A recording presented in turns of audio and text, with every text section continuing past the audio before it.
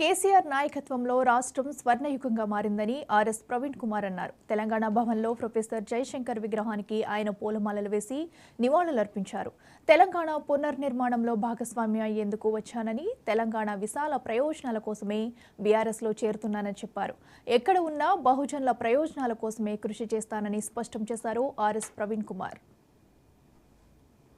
శృతి మెత్తగా నన్ను పొగడుతూనే మరోవైపు నన్ను చాలా శృతి మెత్తగానే వార్నింగ్ ఇస్తున్నారు మీరు.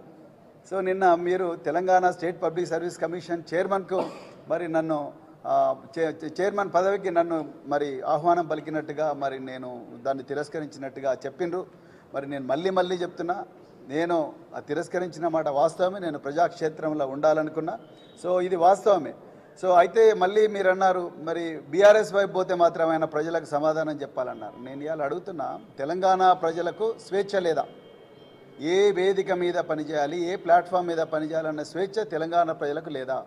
ఉంది, బరాబర్ ఉంది. ఇప్పుడు మీరు ఒకవైపేమో ప్రవీణ్ కుమార్ మా పాలమూరు బిడ్డ, మరి మంచోడు, నా మిత్రుడు అని చెప్తున్నారు. మరోవైపు బీఆర్ఎస్ వైపు పోతే ఆయన ప్రజలకు సమాధానం చెప్పాలంటున్నారు. అంటే మీరు వార్నింగ్ ఇస్తున్నారా?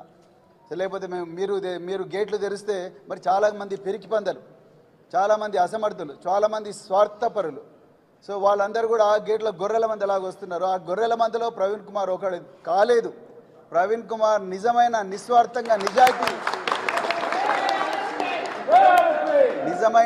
నిజమైన నికార్సైన నిజాయితీ కోసం పనిచేసే నాయకుడు కాబట్టి ఆ గొర్రెల మందిలో ఒకడు కాలేదని బాధపడుతూ మరి అక్కసుతో ఈ మాట అంటున్నారా రేవంత్ రెడ్డి గారు? మరి మీరే చెప్పాలి. సో నేను ఎప్పుడు కూడా ఆ గొర్రెల మంది ఉండదలుచుకోలేదు. చాలామంది అన్నారు ఎంత ప్యాకేజ్ తీసుకున్నావు కేసీఆర్ దగ్గర అని అంటా ఉన్నారు సోషల్ మీడియాలో.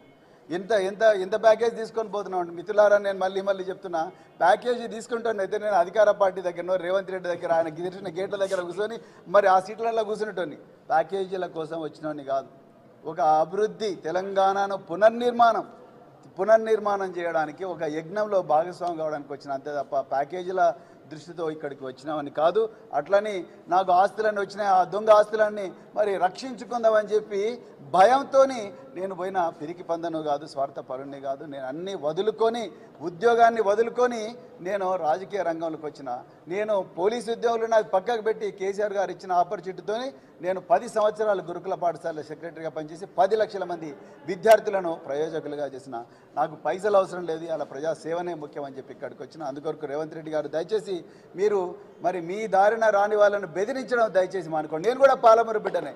నా లోపల కూడా మరి అదే తుంగభద్ర నది తినే, నా లోపల కూడా అదే నడిగడ్డ గాలే ఉన్నది, అదే విధంగా నడిగడ్డ తిండే నేను తిన్నా. అందుకొరకు మరి పాలమూరు బిడ్డను, మీరు పాలమూరు బిడ్డ అయితే మరి నేను కూడా పాలమూరు బిడ్డనే. సో అందుకొరకు దయచేసి అట్లా వార్నింగ్లు ఇవ్వకండి, మరి మీరు హోదాను తగ్గించుకోకండి అని మరొకసారి రిక్వెస్ట్ చేస్తున్నాను.